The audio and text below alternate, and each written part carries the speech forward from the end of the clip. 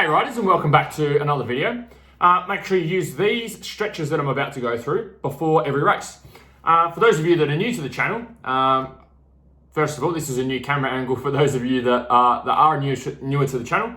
My name is Andrew Hammer. I've worked with hundreds of riders and racers from around the world since 2014, 2015 to help them get race ready and race fit. Today's video is going to be on stretching though. So for those of you that watch or have been watching for a while, it's been a pain in the ass to get this camera angle sorted, so let's hope that everything works out okay. So problem what we've got, I'll get down a little bit lower so you can see. So when we go on ride, when we go on race, whether it's for motocross, enduro, any type of event, majority of the time we're doing a reasonable bit of traveling, right? Some of you may have tracks in your backyard, but not all of us have tracks in our backyard. So there's usually some sort of travel involved. You're driving 20 minutes, you're driving half an hour, or you're driving, 3, 4, 5, 6 hours to get to rides and race meets. And so what happens is when we're in the car, it does a lot of damage to our body in terms of tightness. Okay, we get very tight and very restricted. And so the last thing that we want when we go on race and when we go on ride is to be tight and to feel restricted. You want to feel loose, you want to feel calm, you want to feel relaxed. And you also want your muscles to be able to contract and relax well and be able to feel strong out on the bike, as well as reduce injuries. So when we go traveling and then we go on ride, we're not setting ourselves up for success as best we could, but at the same time, we still have to travel at the end of the day. So what we're going to try and do is undo some of that damage that we've done through sitting and being jammed in the car for so long before we go out and ride and race, so we can ride and race at a higher level and at least have our body at a higher level going out onto the track. So for me, a quick story, when I was racing, the state rounds and the state series was pretty important for me. So I had particular goals that I was working towards. And so there was one track that we raced at Kalgoorlie. So from where I am based in Perth, to get to Kalgoorlie takes about 6.5 hours. So I think it was like the first round of a particular season was at Kalgoorlie. So we did some crazy trips where we did day trips to Kalgoorlie. So we went down for these club days and we got up at stupid hours of the morning, I don't know, 1, 2 o'clock in the morning. Dad would drive for 6.5 hours, we'd get there just about bang on, 8 or 9 o'clock whenever racing was starting, and go on race all day and then drive another 6.5 hours back home and then go back to school, back to whatever I was doing at the time, the next day. Now, as great as it was to go and race at those particular events and be able to go and race at Kalgoorlie and get some practice on the state round track, one thing I definitely didn't do during those trips was do anything to undo that damage of being jammed in the car for 6.5 hours. I just got there, put my gear on, had a bit of a look around at the track, and then got straight out of the track. No warm-up, no stretches, no nothing. So you can imagine in terms of physically how my body was feeling, it's not going to be feeling as good as, say, when I am stretching or when I am warmed up or going to tracks that are a little bit more local, because my body's just tight and very restricted and very stiff. So what I'm going to go through with you today is just some stretches that you can use, 3 quick stretches that you can use out at the track. A couple of them don't require any equipment at all, and the last one will require a foam roller. So if you've got a foam roller, I'm going to show you something with that. So the first one I'm going to show you is what's called the couch stretch. So the couch, I'm just trying to fit on frame here and I can't go back anymore, and I've got another wall behind me, so we'll have to work with it and see how we go. First thing that we want to work on is we want to try and open up your hips. So we have this muscle in here in the middle of our leg called our rectus femoris, which goes up into our hip. And so when we're sitting down, whether this is in the car, maybe you've got an office job, this is the muscle that will get really tight and really stiff. This is also the muscle that causes a lot of back pain. So what happens is when this muscle is at its normal length, okay, my hips will sit in a neutral position and my back will have a small arch in it at the back and a small arch at the top, okay, and it'll be in a rough S shape. And that's how my spine's supposed to be. Now, what will happen is if this rectus femoris, this hip muscle here, shortens up in length, what happens is it pulls the hips into extension like this. Okay, so it's called an anterior pelvic tilt, but you don't really need to know the names. All you need to know is that you're going to have this big arch in your lower back. And you'll know, if you look in the mirror and you see that your body looks like this, okay, or like this, and we've got this massive arch in the bottom of your lower back, and you do have back pain, chances are this rectus femoris muscle is really tight. And it's coming from sitting. You might be a truck driver, maybe it's just tight in general, or it could be tight from traveling a lot, even for racing. So the first thing we're going to do is undo this. When we can undo that, it's going to allow our hips to get back into a neutral position and unload our lower back from the car trip. and it's going to allow us to activate some of the bigger muscles like your glutes. And so when you're out riding, these glutes are the muscles we want working. So the main muscle that's being used, when you get your ass up and down off the seat, the glutes are one of the main muscle groups that are being used for that. So we want to make sure if we can loosen off this, we get our hips into a good spot, we can get our ass working more, which means you're going to feel much better and stronger on the bike. So how do we open up this rectus femoris? It's quite an aggressive stretch, so take it easy. First of all, you need a wall or a solid wall. This is a plasterboard wall, so I've got to be careful. If you've got a brick wall, obviously you're good. If you're at the track doing this, you can do it up against the car wheel, or you can do it up against the trailer, or inside the trailer, depending on what type of setup you've got, but you'll get the gist of what we're going to do in a minute. So first thing we need to do is get this back knee in the corner of the wall. Okay, so we want to make sure it's in the corner. Now, this is, I guess, the level 1 stretch. For some of you, you're just going to get into this position here and you're going to go, holy shit, what do you mean this is level 1? There's no way I'm going to be able to get to the other levels. So if that's really, really tight for you, then you can feel it through that front muscle on your quad. Great. Okay, then we're going to hold there. The level 2 position is you're still going to have your hands on the floor and we're going to get this other leg up out in front. So you're kind of in a push-up position with this leg up here.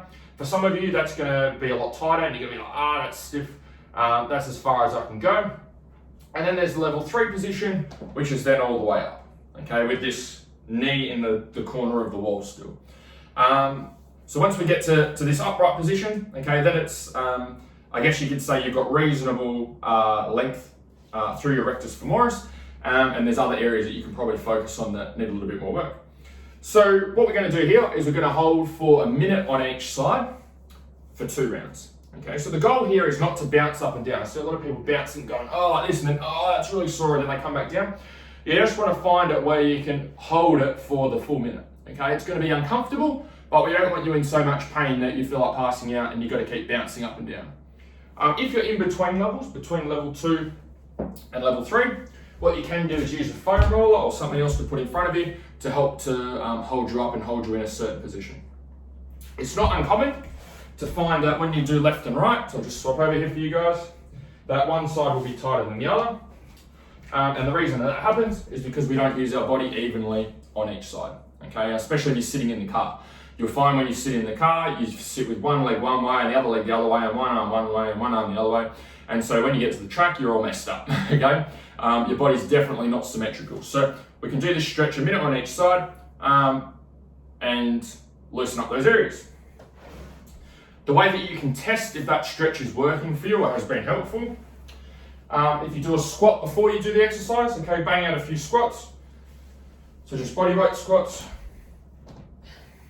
And then do the couch stretch a minute on each side and then do your squats again. You'll notice an improvement in how deep you can get in the squats and how comfortable and easy they feel.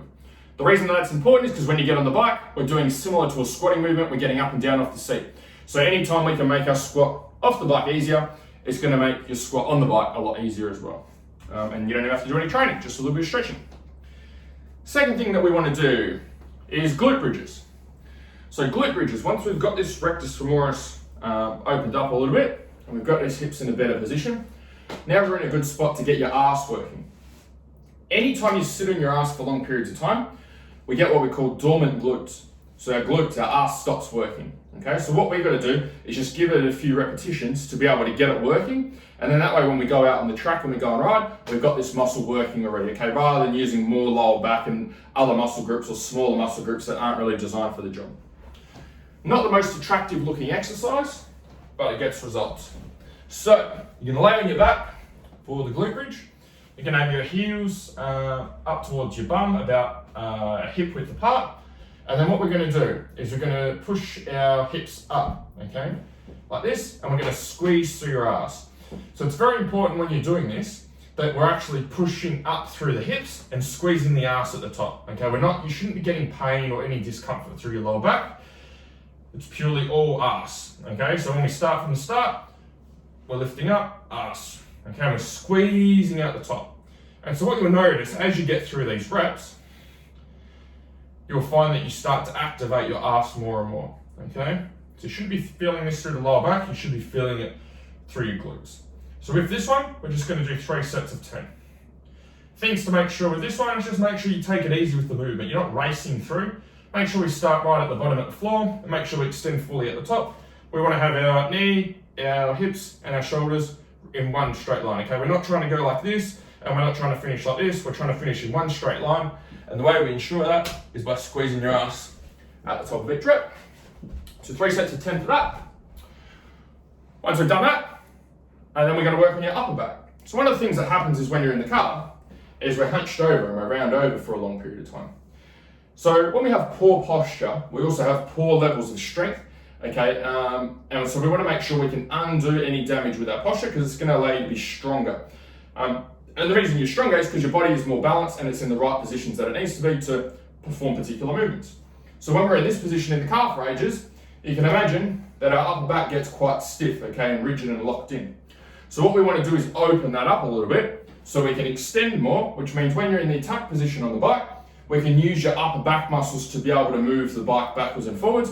Whereas if we're in this rounded position, we tend to use our arms a lot more. Okay, so we want to use these big lats and big upper back muscles rather than using your forearms and hands. So this is your foam roller. Grab your foam roller. And what we're going to do here is we're going to put the foam roller across your upper back. Okay, so it should be between your shoulder blades. And what you're going to do is you're going to hug yourself. Okay, so you're going to hug yourself. And first of all, you're just going to roll backwards and forwards. And you might feel some cracking and popping when you do this. So take it easy. Rolling backwards and forwards. So you'll feel, majority of you will feel some level of tightness or restriction there. Once we've done that for 30 seconds to a minute, then what we're going to do is we're going to roll from side to side. Okay, and again, you might feel some cracking and popping or tightness there, and that's normal. So again, we can spend another, well, that is tight. We can spend another 30 seconds to a minute there. So overall, we're going to spend roughly 2 minutes on your upper back. And what you should notice once you've done that is you feel more upright. You should feel like your chest is a little bit more open, and you can breathe a little bit better, okay, rather than feeling so tight and restricted. You should notice it straight away. So they're the 3 exercises, okay? So couch stretch, 2 by 1 minute, left and right, at differing levels. Make sure you do your glute bridges, 3 sets of 10, and then make sure we do your thoracic mobility, your upper back mobility with your foam roller. We spend roughly 2 minutes on there getting into any nasty spots. So that's how you use stretches before you race. I recommend using these same stretches anytime you're spending a period of time in the car and you're about to go and ride and race. If you are cold or it's very, very cold, make sure you do a little bit of a warm up beforehand, okay, get your body warm. You don't want to stretch when you're completely cold, but there's some good exercises for you to start with.